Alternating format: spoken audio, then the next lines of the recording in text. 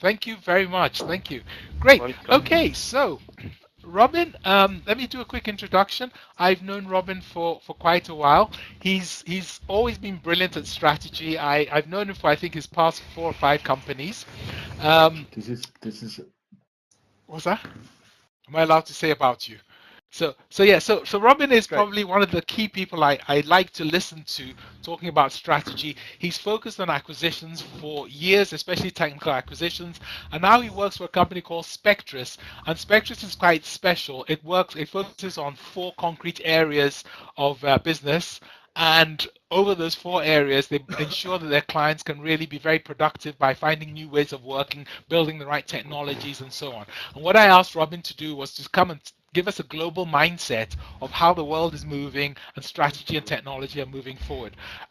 Just to say a few words about Robin, at the moment he's Group Head of Corporate Development within Spectris. He basically has done everything. I think I met you, Robin, when you were at Low and Boner PLC. Yeah, I think that That must was have been 15 years ago. that was a long time ago. Yes, exactly. And we did some fascinating projects together. And he's been at Bain. So this is a man whose brain you should pick. Remember, I said you can ask him questions using the group chat.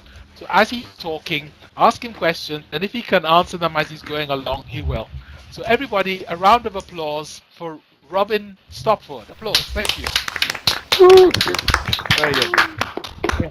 By the way, if you need to get closer, remember you can use the yellow triangles above the screens if you want to get closer to see what's going on. Great.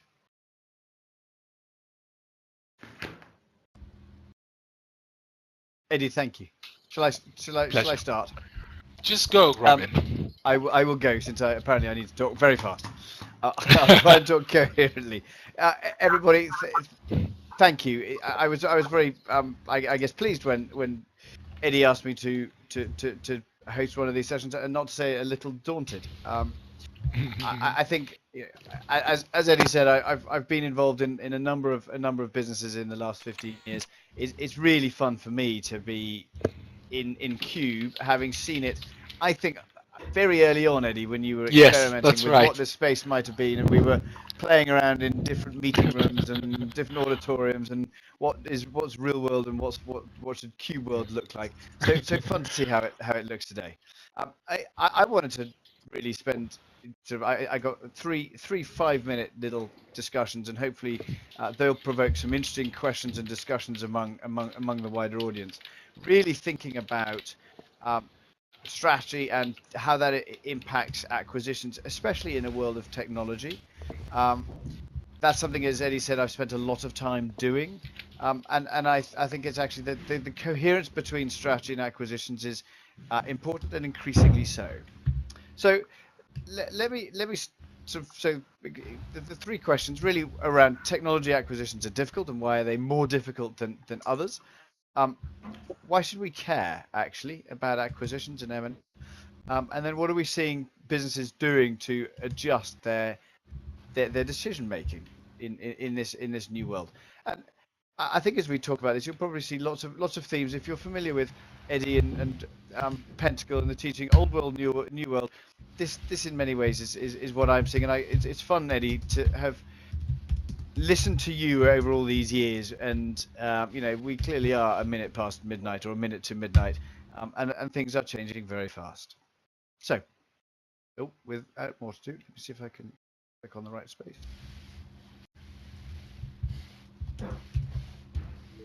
Okay.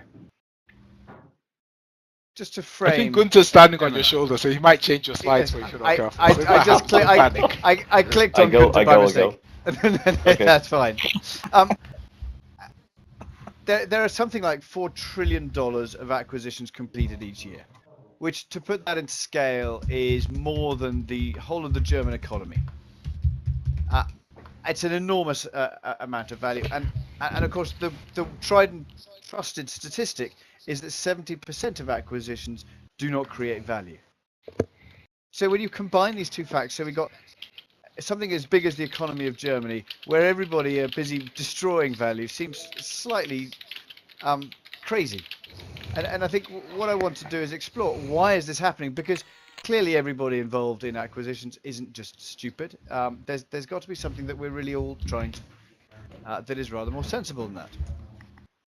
So let me explore some of the ways in which acquisitions have destroyed value, just to give some examples of what happens.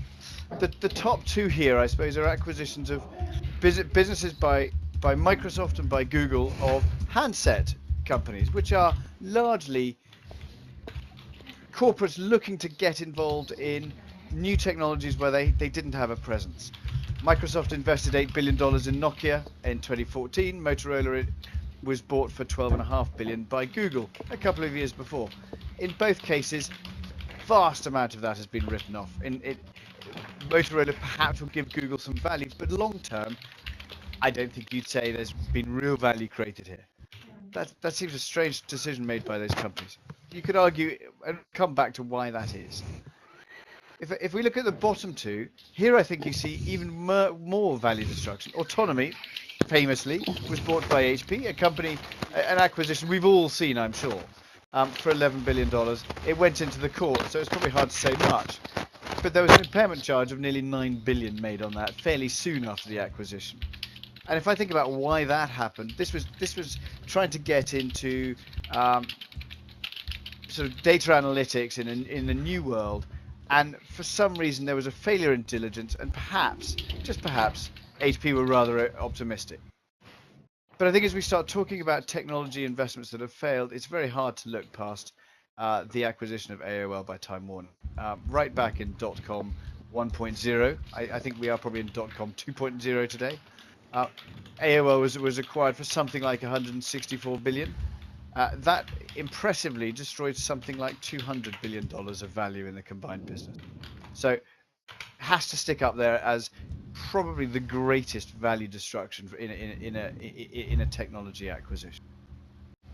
So I think with that, let me pose to you and to the group really a question on, when you see technology acquisitions, and they do fail rather spectacularly as we've just seen, what do you think are the drivers that cause this? Fabulous. Thank you very much, Robin. So I think Robin has set us a task. So we're going to break into teams to have a go and just see whether we can come up with an answer for him. We're going to work on something called a large workshop whiteboard. So large workshop whiteboard.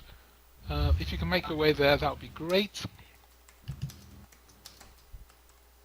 So something else about QUBE before you all run forward. You can see that there are green carpets in front of the whiteboard.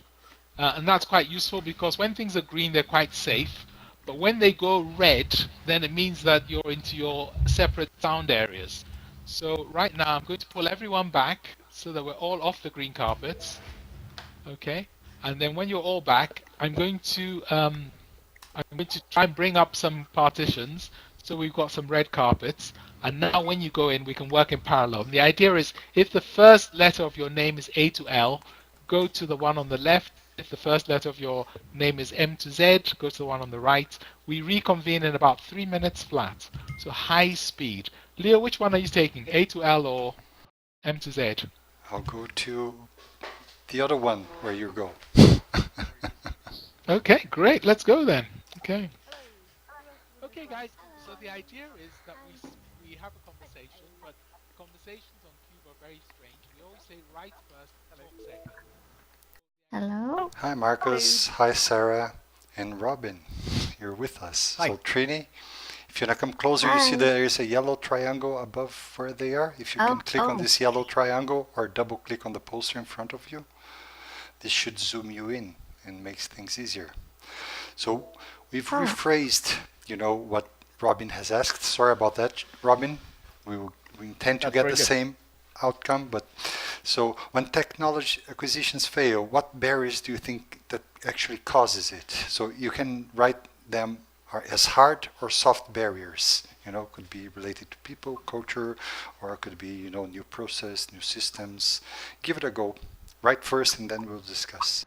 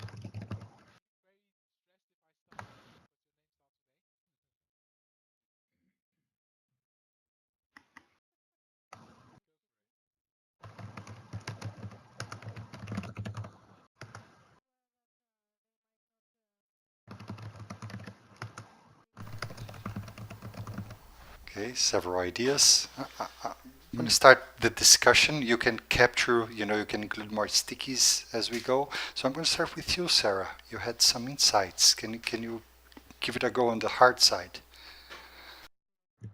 It's a technology. I wasn't the only one. I think it's around, from my perspective, integrating technology is a big thing for us, and we've had it.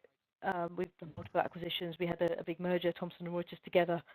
Our slogan was "One company, 1 year," and here we are, however many years down the line. we're still not one company.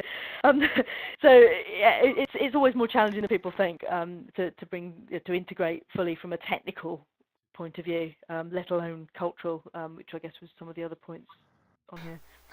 Okay, thank you, Marcus. You also had some ideas on the hard side. Yes. So what was it? Different compensation schemes. Thank you.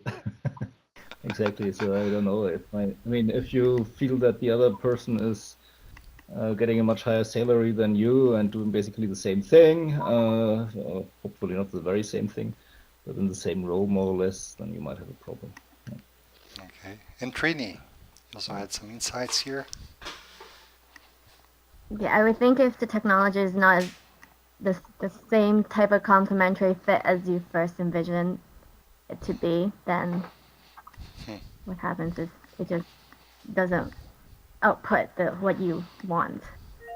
Okay, Robin, you gave us some nice insights here. Wrong choice of technology, and that's what they're talking about, isn't it? Well, it is. It is. I mean, I think, and we'll talk later actually about lots of the reasons why. And I think I would say very similar sorts of issues are very consistent across reasons for failure, both in terms of the hard and the soft. Getting teams to work together that come from different backgrounds is hard. Yep. And I think it's something that is often overlooked. Yeah. Simon, can you give us an example of the soft side? Your mic's off, Simon.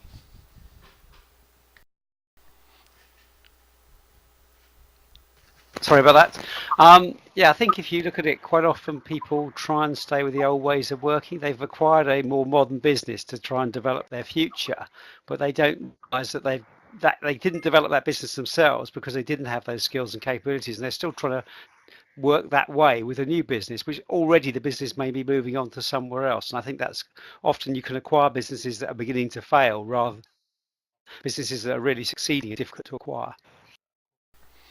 I think that's absolutely right. That's really interesting. I mean, the acquisition of Nokia by Microsoft is a very good example of that. I mean, doomed, as Eddie would say. Yeah. Anything to add, Marcus? You had no shared common vision. Yeah. Yeah, exactly. So if you come from, it's basically the same as culture. And, so if you have you have this movement where you're coming from. So if these vectors don't align soon enough, you will have a problem. Isn't that something people try to de-risk? Because it's very clear that there are two different cultures. Any comments on that? Perhaps you, Trini? I just think that when you go through a transaction and the management culture and the management styles don't align, then they have different visions about what they want the business to be. Therefore, they wouldn't be able to integrate the same way, or the management doesn't want to change, then the acquisition is not going to achieve the kind of that it's supposed to. Okay, thank you. We're just about to join the others in a circle, so Too late. I'm really sorry for the dragging. I'll give you a chance to, put your ideas together. So in our team, perhaps someone from our team, Marcus, can you quickly share one or two ideas we discussed? So. Robin, we're all yours. Wow, very good. I thought those were some great comments. Thank you, guys. So, the next question is that, well, why do we care? Why is everyone spending all of this money and destroying value? Well, I guess the fundamental issue is it's about growth, and corporate growth is hard to come by. and fundamentally is the lifeblood of any business. Businesses that fail to grow will die. Hard to get some decent stats, but 15 years ago, when I was at Bain, we were involved in a study looking at how hard it was to grow, and at that point, only 13% of large companies demonstrated an ability to grow sustainably for a period of 10 years at more than 6%. In those days, 6% was seen as a threshold level of minimum growth. I think today that level's probably more like flat, and it's more an absolute number of actually is, are 10% of companies able to even grow at all? It continues to get harder and harder and harder. So it's the impact of that, of course, is that companies die faster. So 50 years ago, the average lifespan of an S&P 500 business was something like 60 years. Today, it's less than a third of that. In part, that's because of new businesses coming in, like Facebook, like Google, like Apple, and so on. But equally, it's because businesses have just have either been taken over or ultimately are dying and getting thrown out. I mean, Beatrice and others being USX, Bethlehem Steel, all of those sorts of businesses that were stalwarts of the S&P are now gone. And so we all see, we hear sort of disruptive technologies. What's interesting is when you start thinking about the implications that those have on the world around us. The next 3 slides are put together by a futurologist. I think that's a word. It's basically someone who makes up facts about the future that we can decide is whether it's real or not. But I think they're interesting and at least thought-provoking. As long as you predict it for after you're dead, you're fine. Exactly. I mean, so what the first one is that 15 years ago, middle class population has grown by 85%, and there's an expectation that by 2050, the 50% of us that live in cities grows to 3/4. I mean, ultimately that just means cities get bigger and bigger and bigger. We all live on top of each other. Holy moly! I don't know that that's a vision of the world I necessarily want to see. The second one, though, is that if we think about the impact of technology on healthcare, well, today's stat, it says that half the people who've ever lived to be over 80 are alive today. I mean, I have to say, of all of these, this I find utterly mind-blowing. In the centuries that humans have existed, half the people who ever lived to be 80 are alive today. Take that. And that our children may expect to live to be 140 based on the fact that their lifestyles are getting better and that the healthcare technology is improving. However, if 75% of us are living in cities, I'm not so sure that those two facts can necessarily be true. But leave that be. And then, of course, what does that mean for our working life? Well, today the fastest growing job market is freelancing. Will 50% of us be freelancers in 2030? A number of us here today are freelancing, and certainly most of us, I'm sure, have spent time in our life doing just that. And then, so again, the impact on our kids is probably a third of the jobs that our kids will end up doing haven't even been invented yet, and we don't know what they're going to be. So we end up in a world that is in a state of real flux. It comes back to Eddie's tried and trusted theme of the world. The world is getting faster and faster, and we can't necessarily keep up with it anymore as individuals. So then if I look at what are the drivers of this change and what's really happening underneath it, McKinsey did a terrific study in 2013, which I think was, if we look through this list of things here, 4 years on, you'd say they were pretty spot on. The mobile internet, which we see the whole time in everything we do, looking at starting sort of knowledge work, the Internet of Things, cloud technology. I mean, cloud technology is something that people talk about the whole time. Battery storage, autonomous vehicles. No, Eddie, I've lost my screen, so I'm struggling to get a little bit closer, so I can't actually read. There we go. I need to read that. There we go. If I open my floating window, there we go. I can now read it even better. So autonomous vehicles, genomics. I mean, genomics is probably a little bit further behind some of the other things, but 3D printing. I mean, 3D printing has moved from printing kids' toys into printing blades that go into jet engines. I mean, these technologies are advancing so incredibly fast. The advanced materials that sit underneath it is clearly an enabler.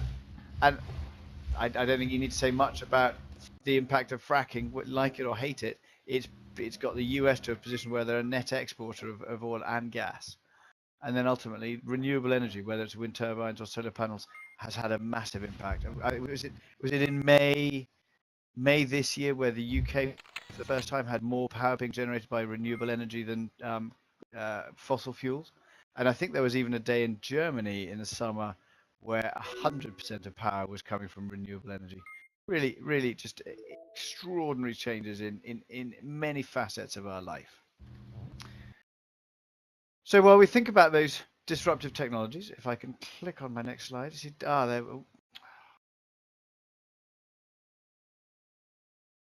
we are. So if I summarize then, I guess corporate growth has always been hard, is getting hard. The world is changing ever faster. Technology is driving much of that change. And so as a company, we have to increasingly decide where and how we need to invest. We can't invest in all of those things at once. And we need to think about which ones are really going to be the winners. So buying well in technology is getting harder. I think it's harder than elsewhere because the pace of change is faster. Part of me often thinks going back to old world markets would be quite entertaining, but you know, our world has changed so fast. So for the next breakout session, my question that I would ask us to is, what technologies are you using to gain success, and how do they fit into your organizations? How can firms mitigate these challenges?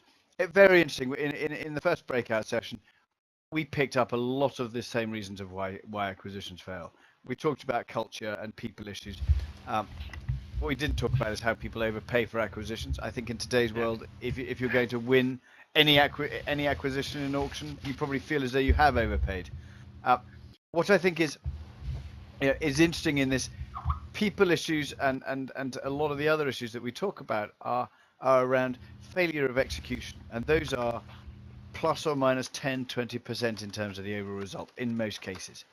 There is a binary issue though of buying the wrong business in the first place, and that's where the strategic problems I think really come into play, because ultimately if you're buying a business too late in the cycle, or you're buying the wrong technology because it's going to get outdated too fast, it's not an 80% of the value, it's a 0% of the value that you end up acquiring, and that's why this is difficult. So if we go back to kind of that level of risk and the traditional reasons why businesses are acquired, the first few are pretty straightforward executional things. Your classic private equity investment is around buying a company to improve the target's performance. Others will think about, particularly in old world, will think about consolidating the market, whether it's to remove capacity, change the way competitors can operate, or even just gaining basic scale. And of course, gaining specific scale in industries is another classic reason why you buy a company. And I suppose the last part in that traditional world is accelerating the market for access for one or both parties. You're buying a business because it gives you access to a new geography, or they've got strong presence in a certain vertical market that you really want to play in, and that combination gives you real value. As you go down the list though, some of the risks get greater. If you're buying a business because you want to gain some skills or technology faster or cheaper than doing it on your own, you start getting into real issues around culture, execution, more, and in fact being able to pick the right early winners. And of course then the final and most risky acquisition of all is the transformational merger, where you get to a situation such as Time Warner, where you believe you've got to take the Hail Mary route and bet everything on black, and when it comes up red, you're in trouble. And I think what we see in the world of technology is those, the rationales in 5, 6, and 7 are the sorts of things you see increasingly in this world, because companies feel they're behind the curve. They need to invest. They need to gain skills faster. So how do people then deal with that? Well, I think there are lots of ways you can buy a company or invest in a company. At one extreme, you have 100% acquisition. That is something I think that you see increasingly growing just as part of the traditional market. It's a classic corporate avenue to grow inorganically. And at the bottom end of the scale, you have a commercial partnership and alliance. I would say that was something very traditional in the 90s, seen less so now, because in the world of total busyness that we all live in, if you're not aligned from an incentive perspective and from a real strategic direction, it's very easy to drift away. So the nice handshake that says we ought to do things together dissipates quite fast. Joint ventures, I think, is something that lots of companies explore. It's hard to do. It's often thought about as two companies getting married, and of course, just like two people, that's difficult. It takes time, and if you're a sensible company, you spend a lot of time thinking about your prenup agreement and how you're going to get divorced in case that might happen, and that just absorbs a lot of time, and ultimately they often fail.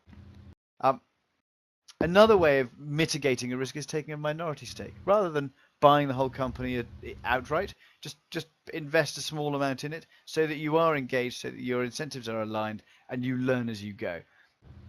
That's quite an easy thing to say, but I think if you're investing off a corporate balance sheet, it's quite hard to do and make it consequent and significant enough. So the thing that we see happening more and more is that a lot of corporates are building up their own internal funds that allow them to take multiple minority stakes with a different set of incentives and different expectation on returns. They can take higher risks, whereas in the past they've never been able to. And I think that's something that a lot of companies have found quite successful. They've gone to and fro in terms of how to do it well, but you do see a lot of players doing that. That may change, however, given what was announced earlier in the year with the development of SoftBank. Many of you may be aware of SoftBank. They launched a new fund of $100 billion, which, to put it into sort of as a reference, that's about the same as all of the venture capital funds in the rest of the world combined. So suddenly they've got firepower that will destroy anyone else. And the investors are not just the Middle East businesses and the Middle East governments, but in fact you see a lot of corporates in there too. Apple, Sharp, Qualcomm, even Oracle's owner have all taken significant stakes in this. So this is corporates getting into venture investing in another way. And I guess just to sort of put that 100 billion into context of how they're going to invest it, last year there were only 50 investments that exceeded 250 million. They would need to make 400 of those to invest all of this fund, and there just isn't a market for it. So suddenly, corporate venturing is changing yet again. So, this is new world and technology is changing everything we do. Acquisitions are going to remain a central pillar to corporate strategy. In many ways, implementing strategy is going to depend on successful acquisitions, and the successful businesses will require good acquisitions. But where technology is changing things and capital is more than abundant, and both are disrupting almost every industry, strategies get tougher. So we see as an M&A team in Spectris, and I think I see as in my colleagues, we need to think about the rules of the game changing all the time. Prices inevitably go up, but really we have to adapt our approach to different acquisitions all the time. And in the new world, as with so many other corporate functions, be it sales, be it R&D, be it general management, that adjustment is extreme and in many ways not easy. So, my last question was really, how do you see these changes happening in your roles in your professional life? Perfect. Thank you, Robin. Thank you. Should we go to the large workshop whiteboard? We can have a quick activity to discuss that. Remember, on QUBE we always type first, discuss second. So I'm going to ask you again, click on your letter, first letter A to L, M to Z. I'm going to ask... Shame we couldn't have done last letter, that we get some more interesting people in our group. No, I'm joking. How about if we changed? You go to, we swapped. No, you fine. go to M to Z. Okay, let's swap. You and I swap. Then my team will have a better experience. Exactly. Okay. Everyone, I'm putting us in a circle. Don't be too shocked. Robin, have we done a good job? Did we understand what you were trying to explain? Amazingly so. Thank you. I think this is something that we all live with. and it's just a fact of life. And you know, as Sarah was saying, it's whether it's acquisitions or just projects, it's a big feature of everything we all have to do.